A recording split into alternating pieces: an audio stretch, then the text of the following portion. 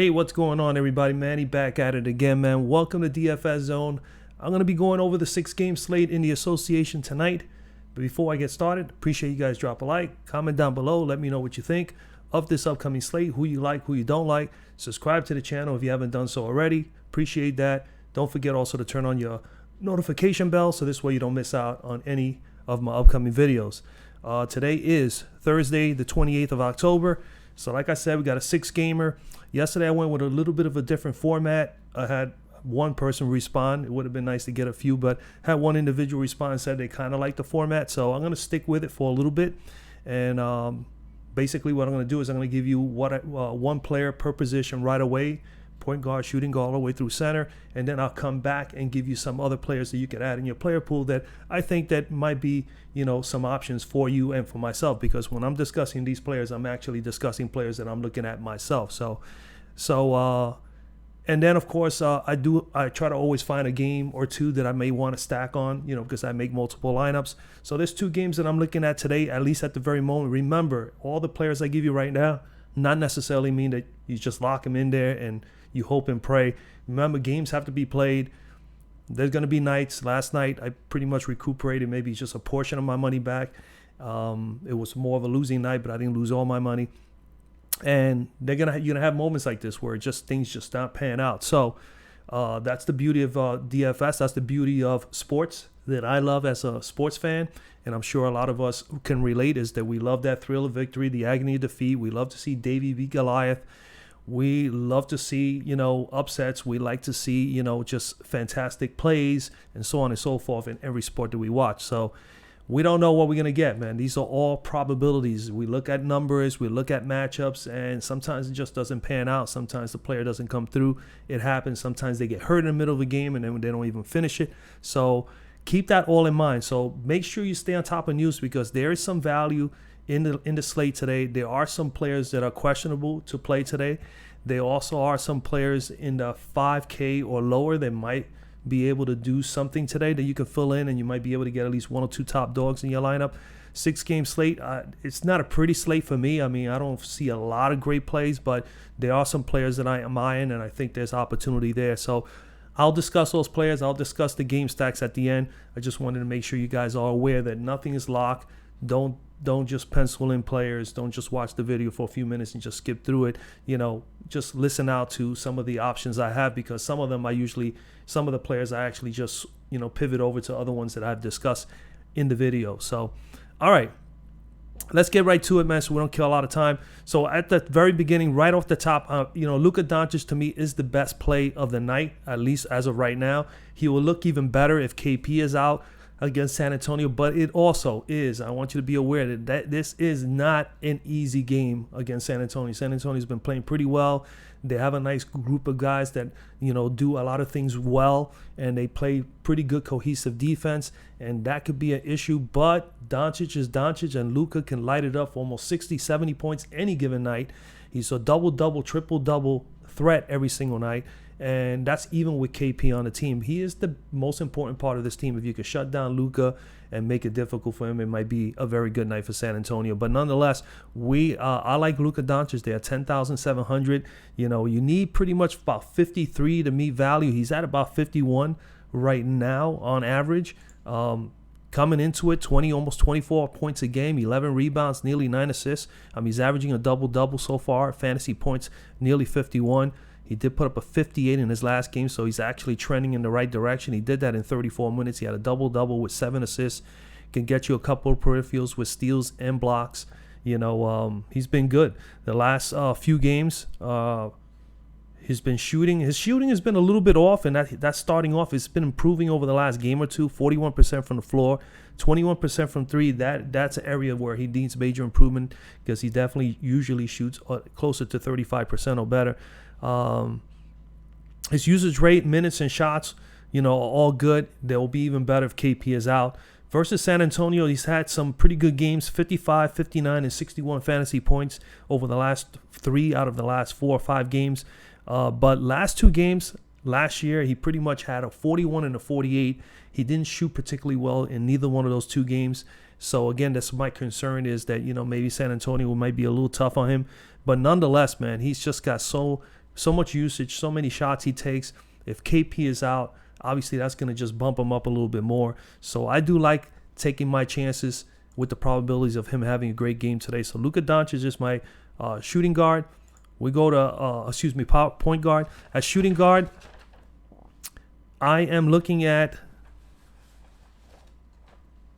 sticking with some of the Memphis boys. They've been playing really well. I'm going to stick with Desmond Bane.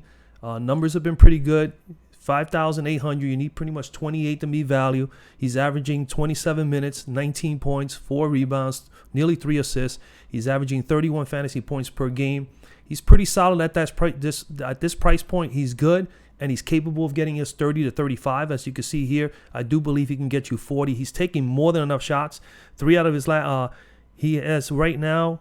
He's up so far, about 14, 15 shots a game, 7 shots on average from 3.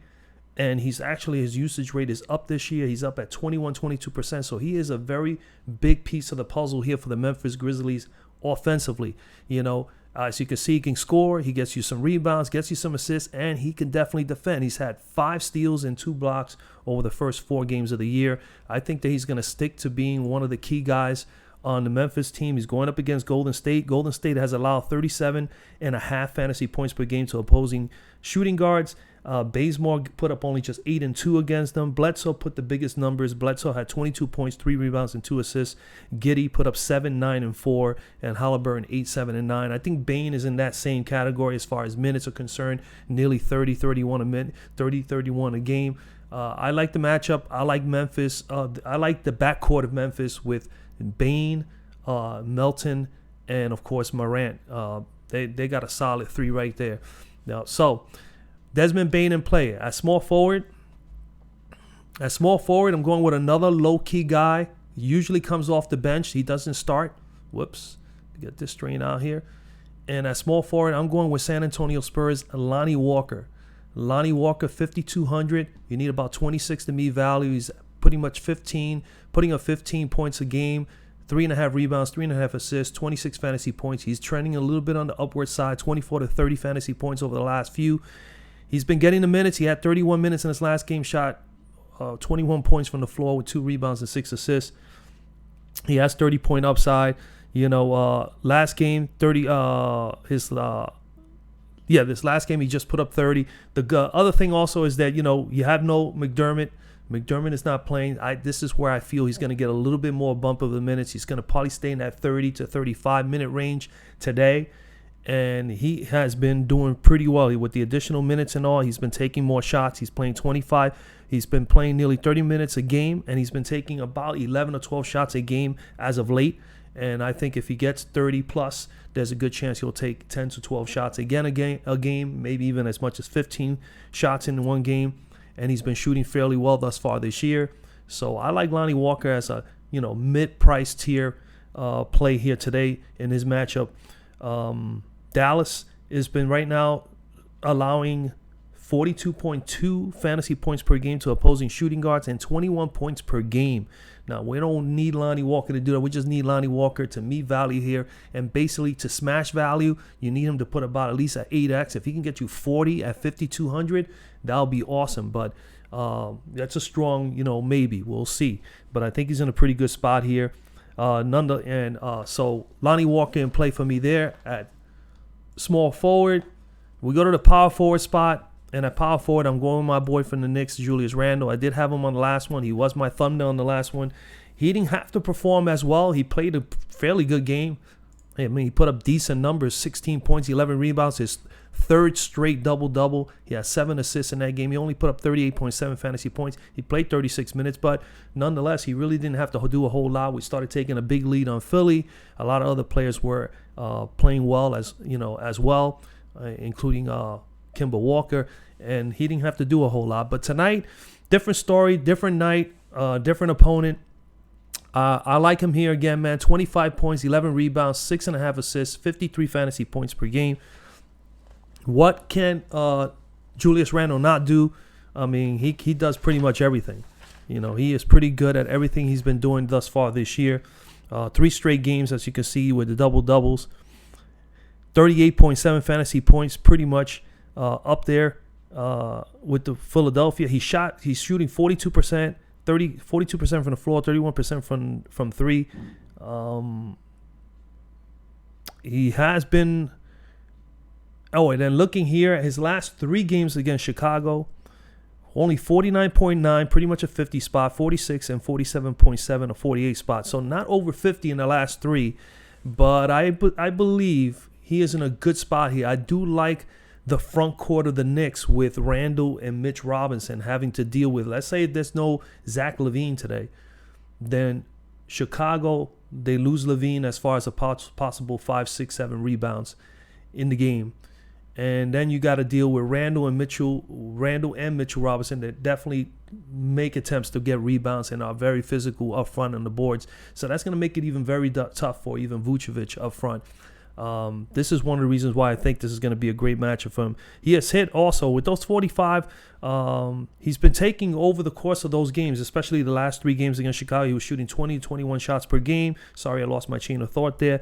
So far right now, thus far this year, even with the improvements of the team with Walker and Fournier, he's still taking 18 to 19 shots a game thus far this year. Chicago, they are 4-0. They're the only undefeated team left in the East, but Chicago has allowed 48.2 fantasy points per game to opposing power forwards and 22 points per game from the floor. Ingram put up 26, 8, and 8, playing the power forward spot for New Orleans. Jeremy Grant put only 9, 5, 1. Barnes, the rookie, 13, 4, and 17 assists. I feel pretty good about it, especially if LaVine is out, because that's going to put a lot of pressure on Vucevic. So Julius Randle in play for me, man. Go to center. Center at the top. You could always play Randle there as well if you wanted to. But at center for me, I'm coming down. Obviously, we have an injury that we have to pay attention to. Daniel Gafford hurt himself last night, quadricep. I don't expect him to play, but you never know. And even if he plays, you're not gonna. How many minutes can you possibly think Daniel Gafford could play after he's injured last night? I would think he's gonna take the day off. That's gonna open up the doors for us to take Montrezl Harrell. So I'm gonna go with Harrell here. One thing's for certain, with this injury, if Gafford is definitely out, Harrell is probably going to be one of the higher-owned players today in the 6-game slate, and that's fine. I want people to understand, and I've said it before in the past, if you've been here long enough, that there's nothing wrong with having a player that is highly owned, that is a little chalky. It's how you differentiate yourself with the other players on your lineup. So you got to find value somewhere else. And it's okay to have 1 or 2 players that are highly owned. There's nothing wrong with that. You can still take down a slate even with that high-owned player. So I'm okay with the chalk. I'm willing to go with it. The matchup is great. Montrezl Harrell has been fantastic. Almost 18 points a game, nearly 9 rebounds, 1.5 assists, 33 fantasy points per game. Played a massive 38 minutes in his last game due to the injury to Gafford early on. He played most of the game. He put up a beautiful game, 25 points, 11 rebounds, 1 assist, 2 blocks, 44 fantasy points. That is a fantastic game. At 5,600, you only need 26. And if he could come in here and even get me just 35 to 40 fantasy points, I'm happy with that at this price tag. But we want him to crush. If he wants to really crush and smash this, he's got to get us closer to 45, 50. And again, anything is possible, So 38 minutes. So far, 44 fantasy points, in the last game. What he brings is the physicality, man. That's the key thing. This guy is very, very physical under the boards. And if he can do that here tonight against Atlanta, he's going to be fine. Especially that Atlanta has been playing minimal minutes to Capella. But anyway, so going up against Atlanta's allowed 43.6 fantasy points per game to opposing centers. The only 14 points per game from the floor. Granted, they haven't, they face Allen and Mobley of Cleveland. Those 2 boys lit them up for 11 and 14, and Mobley put up 17 points and 11 rebounds. Isaiah Stewart of Detroit put up 13, 7, and 5, and Jay Val, who's a monster, put up 16 points and 15 rebounds with 3 assists. So I think Montrezl, with his physicality, could definitely be in that range to get over 10 rebounds tonight and possibly put up, 10 to 12, maybe 13 points, get a double-double, get a couple assists, and most importantly, get those peripherals, maybe a block, maybe a couple steals. He's capable of it. At 5,600, I think he's a great play. So that's my 5 right there at this very moment. Remember, Doncic, Bane, Walker, Randle, and Harrell. Now, options at point guard. Let's go back to my list here. So at point guard, if you're not on Doncic, Steph Curry, I'm very high on Steph Curry here in this matchup against Memphis. Memphis is on the front end of a back-to-back. Memphis has been pretty tough and pretty good thus far this year. I think it's going to be a competitive game. Curry here with Morant going at it. Morant up there at 10,000 is an option if you're playing the late night and you want to just, put both of those two monsters going up against each other. Maybe. But it's still, that's $20,400 if you were to do that. I can't see you pairing them both up. But Curry or Doncic in play. Morant, maybe not so much so for me, especially on the front end of back-to-back. I do like some of the other Memphis players, which I already gave you. Desmond Bane. Morant, Young here, 9,000, still the same price tag. This is going to be a competitive game. I have some interest in this game as far as, stacking a few players. I will discuss that a little later. So Trae Young is in play at 9,000. Bradley Beal the same at 8,700. He's already played a game or two. I would love to see him play a few more. I still will probably favor in a stack maybe Dinwiddie as well with Harrell and maybe Kuzma. But we'll discuss that in a moment. Zach LaVine, keep an eye on that. We'll open up the doors. A little bump on Ball. Definitely a bump for DeRozan. And for Vucevic, tough matchup against the Knicks if LaVine is out for Chicago. But nonetheless, if LaVine plays, it's a totally different story. I would not be on him because of the thumb, but I don't think that's a major injury. It's not like a knee or an ankle. He might be able to still shoot well. So he might be someone. I don't play guys that normally are an injury or coming off of an injury. I always try to wait a little bit. DeJounte Murray could be. Murray is in play at 8,300. His price tag is up. But competitive, double-double, can get you a triple-double. He has the potential to do that. 45, 83, you need about 42.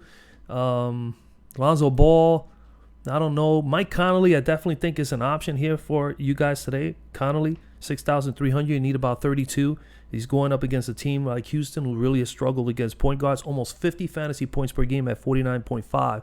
So I had to make a notation on that. I think Conley is definitely in a good spot here. He just hasn't been really balling to that 40, 45 point mark. And the other concern here is if this game gets a little out of hand, he might not play as many minutes because Utah is favored huge here against Houston. The Houston boys, take your pick, man. I will probably go with the young kid Jalen Green if you wanted to go there. And in this matchup, it is a risk going up against Utah. They are favored by a bunch. Jordan Poole definitely in play at 5,700. I think that he's a definite option. He is on my player pool. I kind of like Poole there. I like these guys are slightly under 6,000.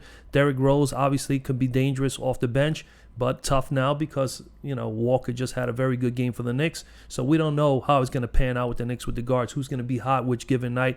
When one of them is hot, the other one is going to be the one that's going to get the short end of the stick, and that's understandable. They'll sit more. DeAnthony Melton has been fantastic. I do like him a whole lot again here today. I mean, he had an awful night last night. He went off for 8, but man, nonetheless, he is still, taking more than enough shots, and I think that he is going to be on a bounce back game here today. At 5,500, he is definitely someone you got to have your eye on. The Philly guys here, Maxey, I prefer more than Curry. Kemba Walker in play for the Knicks at 5,200. Again, you can always pivot to Derrick Rose, but it's tough. Kemba Walker is the one who starts, so if he shoots the ball well and he plays well, he'll be on the court a lot longer. So it's tough to gauge who's going to, come off for the Knicks.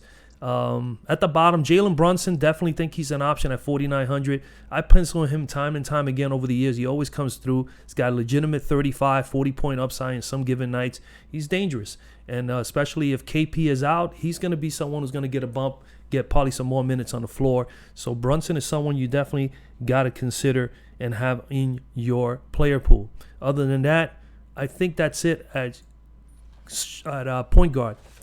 At shooting guard, at the top, I mean, you got Beal in a matchup against Atlanta.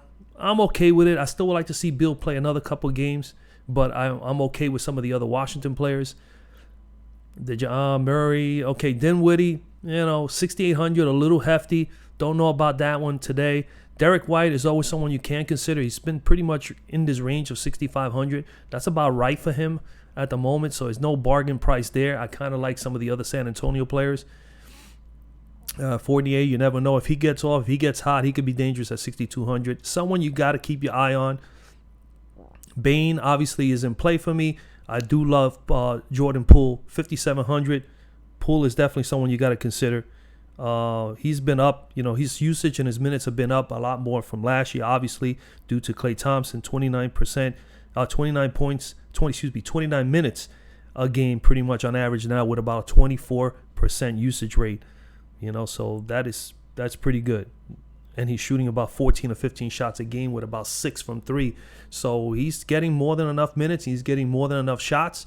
And his usage is up. And if you've been with me long enough, I always tell you minutes, usage, shots. So you want to have those opportunities because that's going to give you the opportunity to put up more fantasy points. Milton in play. I already discussed some of these guys. Lonnie Walker. We know about that. Jalen Brunson. Devin Vassell, 4,800. I think at a lower price range here. Definitely someone to consider. I like him on San Antonio side of the ball. You need about 24 to me value. And he's coming off the bench, putting up almost 21 plus minutes a game. And putting up almost pretty much a point per minute as well. He has had a 36 spot in his last game. And let's see, he did have 36. Yeah, about 36. He put up a 36 in his last game. Not granted, doesn't mean he's going to go and get another one, but he's someone to keep your eye on if you want to get a low-price mid-tier player. 4,800, he's definitely someone you can consider. Obviously, I mentioned the last time, and he did have a fairly decent game. Alec Burks, 8-5-1, 18 fantasy points at 43. You still need more from Burks. I don't play Danny Green. Dylan Wright, no. That is pretty much it. Small forward. At the small forward spot, obviously, I discussed this before. If Embiid is out, obviously Harris is in play. He's definitely someone you got to consider. Harris is in play at small forward. Let me just get my list here. And let's see. We got DeRozan. DeRozan is definitely in play if there's no Levine. I think DeRozan is definitely someone you got to consider if there's no Levine. Sadiq Bey, definitely an option. He's playing some decent minutes. 6,800. I would love to see his price more at 6'6", 6'2", 6'8". You need about 34 to me value. He's averaging 36. He's gonna get a bump in minutes with Jeremy Grant out. So like I said, him as well as with Jeremy Grant out, obviously Bey and Kelly Olynyk are the ones that you got to consider there. And who else I got here?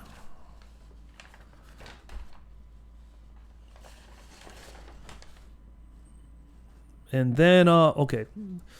So Kyle Kuzma, 6,200. I'm okay with him there. 60, I kind of like him. As far as stacking that game, I will definitely put him in. Then we come down here. We'll discuss 4A. Tate and Porter, take your pick there. Man, not a whole lot I like here on the bottom half. If there's anybody, I just don't see anybody I like, man, that pops off on me. Bogdanovich has been pretty bad. 5,000, you need 25. Maybe Cam Reddish at 5,300 if you want to go there. I don't think you really need to try to, push him in there. Yeah, I just don't know. That's pretty much it, man. Power forward at the top, obviously I already gave you guys Julius Randle. Christian Wood, an option, but he's priced about where he should be at. He hasn't shown 50-plus upside thus far this year and in the past, so I am not too high on Christian Wood in the Utah game. Harris obviously in play if there's no Embiid. Grant, game time decision with the elbow, but even if he comes back, how healthy he is, as well as Kristaps Porzingis, I don't know. I won't be playing these guys, but if they're both out, obviously it opens up the doors. Like I said, Kelly Olynyk for Detroit as well as Bey are going to get a little bit more bump, and they're going to need those guys to rebound and bring that physicality over to Philadelphia, especially if Embiid plays. Jaren Jackson in the Memphis Golden State game may have an edge there up front. He's going to definitely draw more Draymond Green possibly. So not the easiest matchup, but could possibly pop off here. He's 26. You need 6,700. You need about 33. Collins here, 6,400. Priced about right for him right now, and he hasn't been balling, but he has had some decent games. If I look at, let me see what I got here for Collins. John Collins, he's had a couple good games against, I think he did 47 and 47 in 2 games against Washington in the last season. So, he's capable of getting you 40-plus at this price tag against Washington. But Washington is not the same team anymore. Now you got Montrezl Harrell tonight, and you got to deal with also Kuzma, who's physical enough as far as going up and getting rebounds. Not the easiest night for John Collins. Still like Kuzma here better than Collins. And then, of course, Montrezl Harrell, I have him penciled in for center. Stewart could be an option at 5,500 over Philly, especially if there's no Embiid. Opens up the door, but then he's going to have to deal with some, Andre Drummond. And Kelly Olynyk is in play, obviously, for Detroit if there is no Jeremy Grant. At center, you could play Julius Randle at center if you want here on FanDuel. Vucevic is in play. Tough matchup for him. I already discussed it, with Randle and with Mitchell up front. That's two big bodies to deal with, and especially if he is down Levine, you're losing out one guy that could give him some help with the rebounding. I don't know. Vucevic is a tough spot for him. He has had decent games against the Knicks. Let's see here. He had a 40 and a 45. So not huge, but, around that price range. I don't like a lot of the centers here. Steven Adams at 7,000 can be an option because I plan to stack a little bit, a couple of guys from the Memphis Golden State game. So you need 35 from him. Has 40-point upside. And Mitchell Robinson, obviously, at 6,200 is definitely in play. I mean, Chicago's been allowing almost 47 fantasy points per game to opposing centers. And 22 points from the floor. We don't need 22 from the floor from Mitchell, but we will love him to get some massive rebounds, get some blocks, and bring up those fantasy point totals. Drummond in play for sure if there is no Embiid. And then, Harrell is already in play. Olynyk is in play if there's no Jeremy Grant. We don't know what's the deal with Noel. And then Dwight Powell is in play for Dallas if there's no KP. I think him and I even forgot to mention Maxi Kleber is in play here at 4,300 if there's no KP. In the past, I think last year, a few times that KP was out, he played the most with Dwight. When Dwight was healthy enough, Dwight Powell played maybe the second most minutes behind him. So think Powell or think Maxi Kleber for Dallas if KP is out. And that's pretty much it. As far as game stacks, there's two games that I like, and I plan there's a potential third game. The potential third game, and I'll put them up here on the board. So remember, these are the guys we got. We got Doncic, Bane, Walker, Randle, and Harrell. And now we go over to the first game that I'm looking at is obviously New York and Chicago. And this all really will depend more on me as far as if Levine plays. But I can see myself going with Randle and Mitchell Robinson dominating the front against Chicago, and then maybe having at point guard, you can take, I definitely will take Ball and DeRozan being the top dogs there in the backcourt with maybe some Kemba Walker. And I think that will be it. So we'll take the Knicks. So let's put it this way. The Knicks, I will probably go Randle, Walker, and maybe 4 in the air with Chicago, Ball, DeRozan, and Ball and DeRozan will be the top dogs. I'm worried about Vucevic, but sometimes you got to roll it back, do another lineup, and if you're going to do a game stack, roll it back and then switch it around and maybe take Vooch with DeRozan and Ball, and then just have only 2 Knicks. You can do that. I have done that in the past, so that's a strategy. You should always roll it back and the game stack with the opposite. So if it's 3-2, then switch it, 2-3. The other game that I think, and this is sort of 215 implied total, and Chicago's favored by 1.5. So that's one of the reasons why it's not going to be a high scoring. But now, the last few days, anything can happen. But because the game was going to be a close one the other day with Philadelphia and New York. Philadelphia, I think New York was favored, or Philadelphia was favored by 2, and New York ended up blowing them out. So anything can happen. This is why you just never know. But the numbers say, Vegas say 1.5. I think it should be a close game, especially Levine plays. But if Levine is out, I think the Knicks do have an advantage, and I think the advantage will be up front. That's just my opinion. Atlanta, Washington is another game that you can definitely, as you can see, you got more than enough space here to pencil in a few guys. So you can go Young, you can even go Beal, you can even go Dinwiddie, and you can even throw in there Kyle Kuzma, and then at center, you can go, Montrezl Harrell. So 3 Washington, 3 Atlanta you could easily get. You could go Cam Reddish, and it's not going to be a bad stack. You could definitely get those, and that game is fairly close with a 224. Atlanta favored by 3. It should be pretty high scoring game. And then, of course, the other one is a possibility. I'm not too sure yet, but Memphis, Golden State. You got two-headed monsters there with Curry and Morant. It's going to be tough to get both of them, but I would roll it back. I'll do 2 lineups. One lineup will have Curry in it as the main dog. The other one will have Morant. And then maybe if I could fit in a third, I'll do both if I could squeeze them in.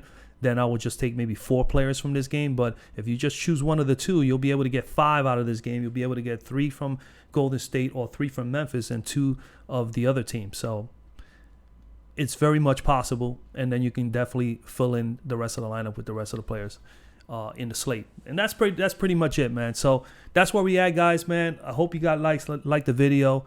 Let me know, comment down below who you like tonight. If you like any of the players I've mentioned, drop a like.